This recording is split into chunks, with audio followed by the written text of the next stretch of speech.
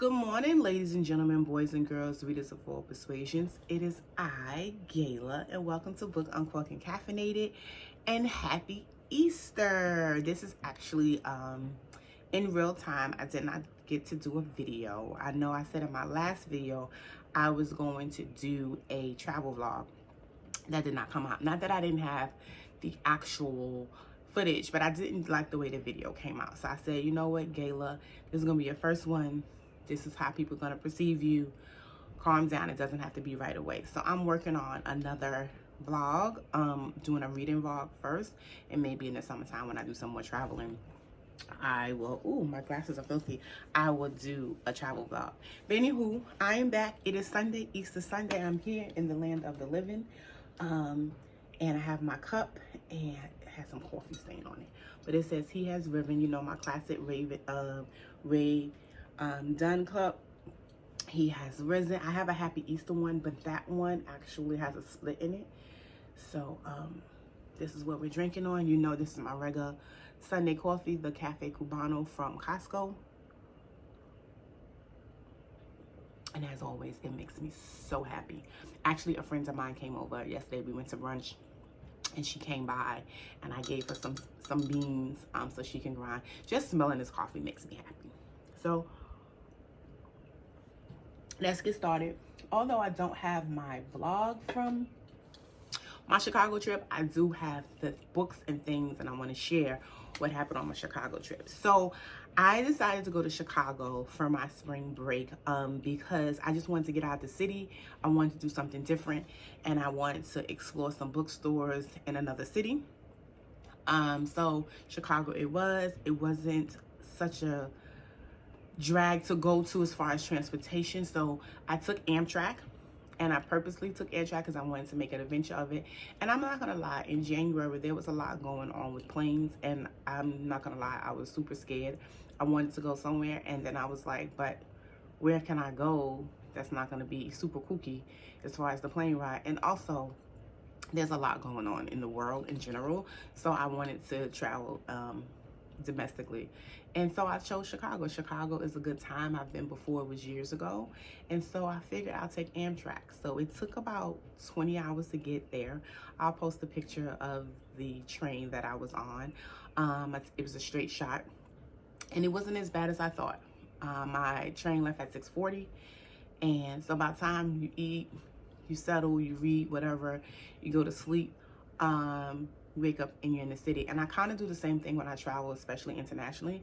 I travel at night so I can do all the nightly things like dinner, watch TV, you know, have a drink, and then when I wake up, I'm in the city. So that's the same thing that happened with my Amtrak trip. So I got to Chicago about 10 o'clock in the morning.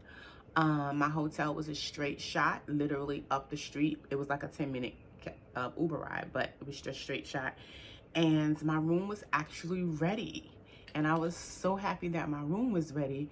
So that was good that the room was ready. So I was able to put my stuff down, take a shower, change my clothes, and hit the street. So I'm gonna be looking down at my notebook because I did write down everything that I did, and not for the purpose of doing this video, a little bit for the purpose of doing this video, but also to remember what I did and to remember the things I did and the places I went and how much of a good time I had.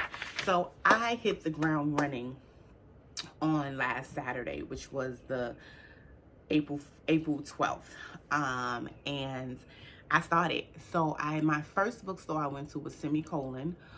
Semicolon is a Black-owned bookstore in Chicago, and I had read that they were closing, and I thought they were closing for good. But when I got there, the lady told me they were just closing for renovations because I think they was going to have a cafe.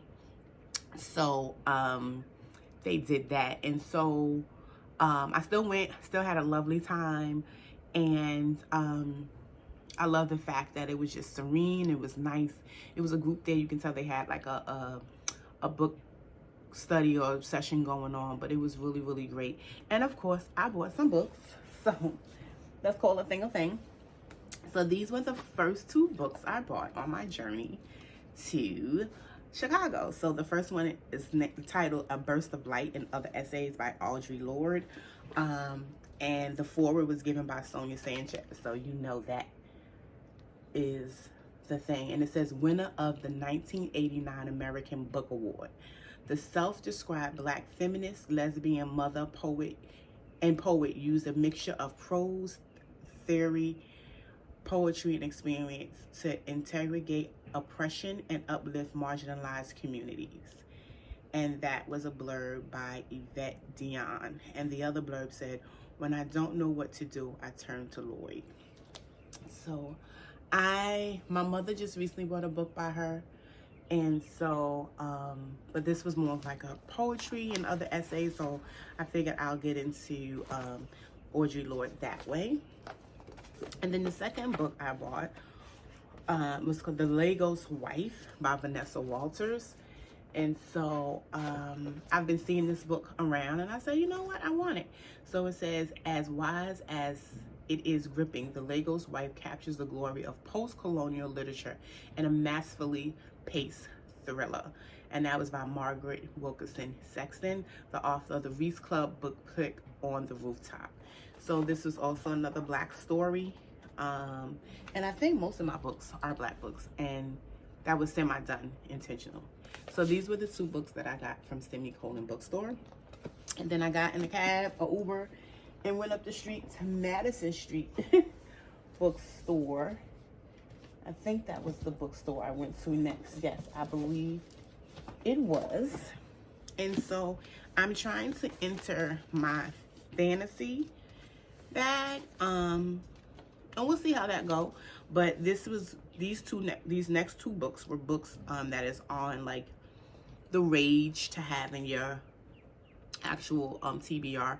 They're also Black authors and also their fantasy books. So I got Black and Blues, How a Color Tells the Story of My People. And it was a signed copy. And that was by Imani Perry. And then I got Death of an Author. I'm not going to butcher her name. It says The Future of the Storytelling is Here. And here we go. I got that book. And I picked up this book, and the person that was checking me out said, hold on a second. I think I have a signed edition also by that author. And so he went back and he gave me the signed edition. So both of these books are signed edition books, which is awesome, if you can see that. So that was my second bookstore of the week. And so those were the first 4 books, I say, that I got so far from 2 bookstores. And so that day was really, really tiring because I had just got into town, but I really wanted to make sure I went to Semicolon Books because I wasn't sure about the closing part. And so I knew they were staying open for indie bookstore weekend, which is next weekend. And so I wanted to catch them. So it was perfect. And they're going to be reopening on Juneteenth. So I thought that was awesome. And so I was tired. So I went back near my hotel. I went to Garrets Popcorn. And I also went to Starbucks Reserve Roaster. And I got me a cup because, you know, that's what I do. There's 5 of these in the world. New York, Chicago, Tokyo, I believe, Seattle, and Milan. And so I got this cup. It says Chicago on there. So I got that one. And, you know, I had to get my standard travel cup from Starbucks. So I got the traveling series, and I bought my friend Natasha Bean one because that's her name. And I started to get the Illinois. I got her the Chicago one too. I started to get the Illinois one. And I kind of wish I would have got the Illinois one only because that cup says Chicago. But you know what? It's all good. I got this one. It's going to work. I'm going to use it. You'll see it in these videos. So that was day 1. And I went back to the hotel, chilled out. And then I went to Ocean Prime. And I had my little meal. I'll throw up a picture of the meal. It was great. I had the cod, but for my appetizer, I had boiled eggs with caviar. So that was good. That was actually pretty tasty, the caviar. And it was like, so that was day 1. And then day 2, I went to Exiles Bookville, which was like a 20-minute walk from my hotel. And so I picked up 2 books, and one of them of Means by Nancy Johnson, the author of The Kindest Lie. And I did not know that the author was from Chicago. And so I was like, oh, this is great. I wanted to read this book. This book is on my TBR for the year. And so I was like, oh, she's from Chicago. Let me support from where she comes from. So I guess she was the owner. She threw in a free book, and The Simple Art of Killing a Woman. Ha ha ha ha ha. I'm interested. This is translated from Portuguese. I'm interested to see what it says. Well, let's see. It says, from best-selling Brazilian novelist Patricia Milo comes a gender-defying tale of women in the Amazon and their reckoning with brutal oppression, by humorous, dark, and inspiring. Oh, that's different.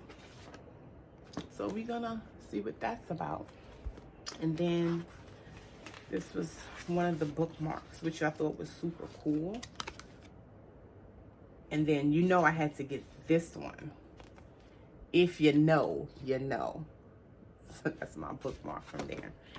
So that was that. And then I moseyed on down to the Art Institute of Chicago, which had like an exposition about I forgot. Oh, Frida exposition on Frida. And so I was able to see that, and it was great. This is actually the visitor's guide.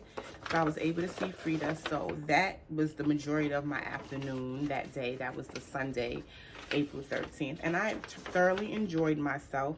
And then I went to see the Art of Ancient Egypt while I was there, and the Frida exhibit. And what else did I see when I was there? I think that was it, those 2 exhibits. But it was a good time. I enjoyed it. And so, yeah, this was the visitor's guide from the Art Institute. And then up the block was the Cultural Center that also, so they house work from people all around Chicago. So I was able to get like some bookmarks and things like that. Just, get some things that would support local artists at the Cultural Center. And so that was cool to go to. And they also had like an African exhibit as well. I'll post it on the video. So that was Saturday and Sunday. I think that was a lot for the first 2 days, but I realized I only had 4 full days there. So I was trying to get it all in. So Monday, I was quite tired. So what I did was I got on the big red bus. I kind of try to do this in every city I go to because I don't hardly do it here in New York because I'm a New Yorker. So we don't do those things. I have done those things with people that come here, but I took the big red bus in Chicago. And so I did the 2-hour ride. We went around to all the places you can hop on and hop off. And I didn't do it initially. I just wanted to see where everything was. And then I went back to the Film Museum, which was an awesome museum. They had a great African fashion exhibit. They also had a great African exhibit that shows like music and culture and foods and things like that. So, and it was really, really good. I didn't think I was gonna spend that much time in that museum. That museum is huge. But I spent like 2 hours there. And then when I was coming out, the big red bus was going by, and I was like, oh no, I missed it. So I had to wait about 30 minutes. But on the corner, they were selling Chicago hot dogs. So I had a Chicago style hot dogs. So it had pickle, pepper, onions, mustard on a seeded bun, and no ketchup. Please don't put no ketchup on a Chicago hot dog. I think they will actually fight you. So that was a full day in itself. And because the museum was huge, and then I took a 2-hour ride. So the point in which I got picked up at the museum was probably like another hour to the last stop. And thankfully the first and last stop was across the street from my hotel. So that was perfect. So I was able to go and take a little bit of a nap. And then I went to this place called Kitchen and Cocktails, which was great, which was like a 5-minute walk from my hotel. They were great. I'll throw a picture of what I had. I had pork chops, collard greens, and macaroni and cheese. A real black dinner, sure did. But I had this strawberry jalapeno drink, which was really good. I had two since I was not driving. I was able to walk back. It was really, really good. So that's how I spent my Monday. So when I got back to the hotel, I was trying to figure out what would my last day look like, because I had like one last full day and I wanted to get in a few things. So I went to 2 bookstores and 2 museums. I was in these streets, baby. So the first museum I went to was called Disabled Black History Museum, and they had an exhibit called This Is Her, and it had like Breonna Taylor and some other, you know, women there, and it was a great exhibit. Also, they talked about all the military happenings from black people in Chicago. I forgot it was a school day, so it was some children there, and at first I was like, what's going on? What's going on? But it was actually good to see children learning about like black history and black Chicago history, which was awesome.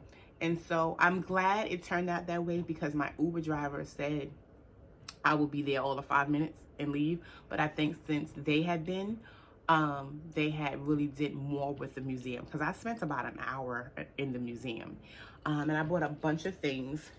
I didn't buy a book there, but I got some jewelry, because I'm a jewelry girl.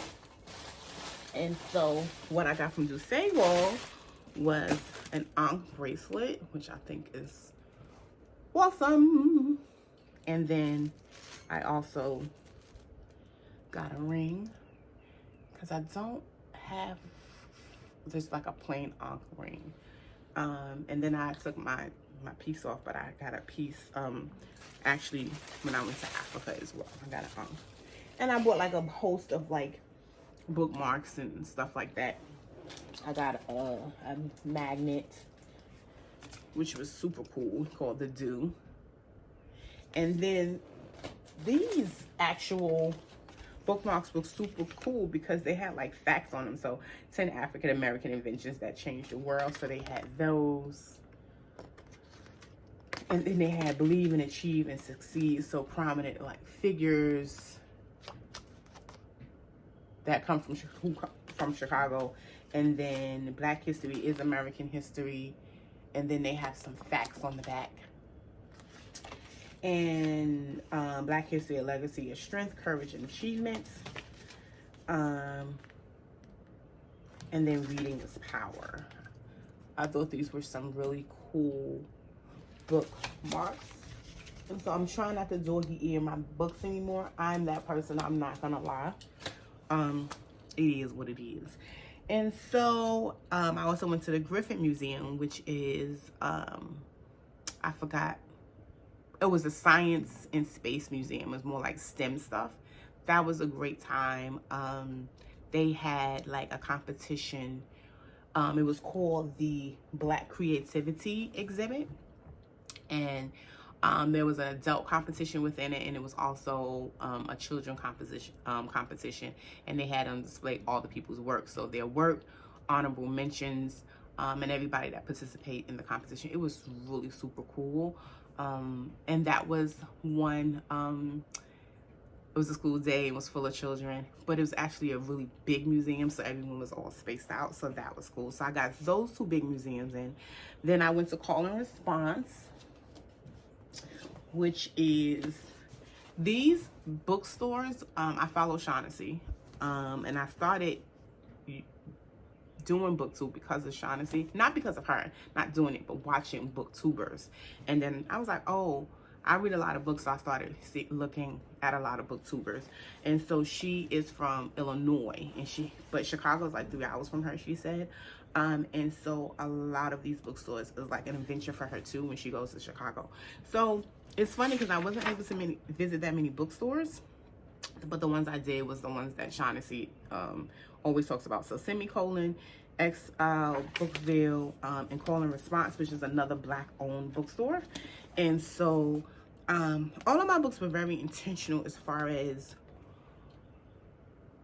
being Black authors and going to Black stores. So I got a book by Gwendolyn Brooks, Selected Poems. I don't think I have anything by Miss Brooks. Then I got another book which was super interesting, the Afro-Latino History Journal. I don't know this author, I'm gonna look them up, but by Leslie Bess.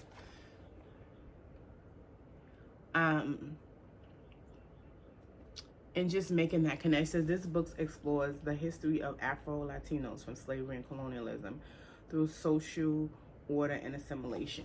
And I just wanted to dive into the Afro-Latino community because I teach children of Latino descent, and to be totally transparent, a lot of them don't connect with the African culture. And so I just wanted more information of how those connections work. And I understand how they sometimes feel that we're telling them to deny. I think they feel that we're teaching them to deny their ethnic and cultural heritage, and that's not what we're doing. We're trying to say, here, we're in this together. And so I want to get some more information on that. And then I got Redwood Court.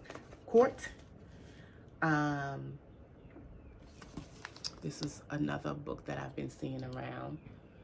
I'm not too familiar with the author, but let's just read. A breathtaking debut about one uncomfortable, a breathtaking debut about one uncomfortable, let's do that again. A breathtaking debut. What is going on, Jesus?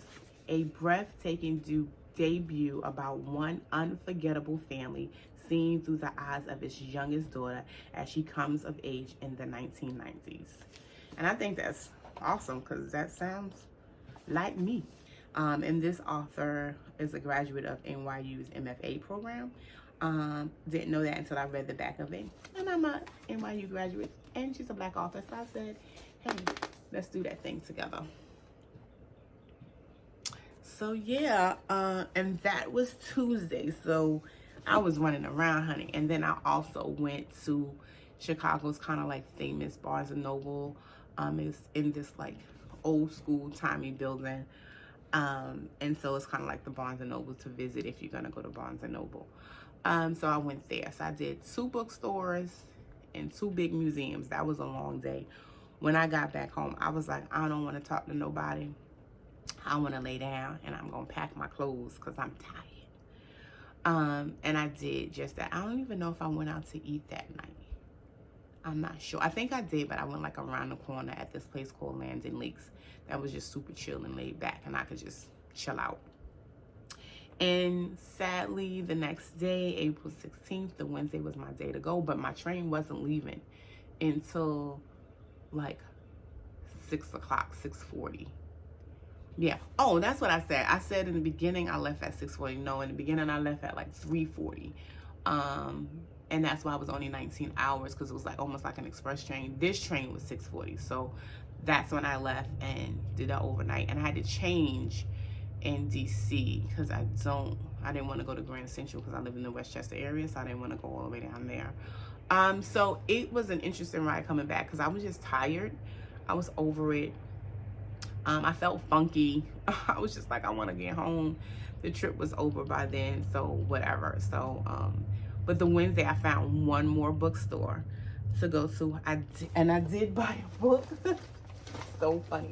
So this bookstore is the oldest independent bookstore in Chicago, and it's located downtown Chicago. And I'm so sorry because I do not remember. Oh, Afterwards New and Used Bookstore. This was their bookmark. That's the name of it. And so I've been hearing this book a lot by Lex Reads, The Street by Anne Petrie. So I got that book, and I actually started reading in the bookstore. I read the intro in like the first chapter, and I spent like an hour in there because it was the day I was leaving. I didn't really have much to do, and I didn't want to run around the city, even though I had until 6, and I had left my bags at the hotel. And so it says, how can a novel's social criticism be so unflinching and clear, yet its plot moves like a house on fire? I am tempted to describe Petrie as a magician for the many ways that the street amazes, but this description cheapens her talent. Petrie is a gifted artist. And that's by Tayari Jones. So yes, this was the very last book that I purchased in Chicago. And so that ended my time there. And then when I was on my way back, I got a text, not a text, on Instagram, the route of what's going to be the indie bookstore. So it was like Semicolon Books on there. It was like Power Books. It was like 3 bookstores I didn't get a chance to go to. And I was like, had I known, I could have just did the loop myself. So what does that mean? I got to go back to Chicago. But I had a wonderful trip. I wish I really could have did, because I did a lot of filming.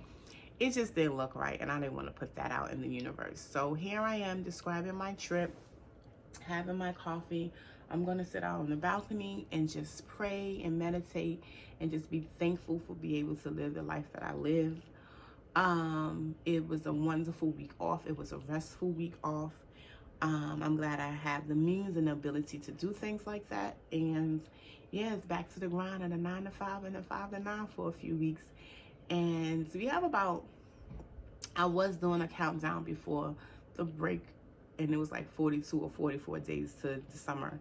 So it's probably about 30 days to the summer now. So I'm looking forward to that, ending the school year on a positive note and just getting some time to myself in the summer and regrouping.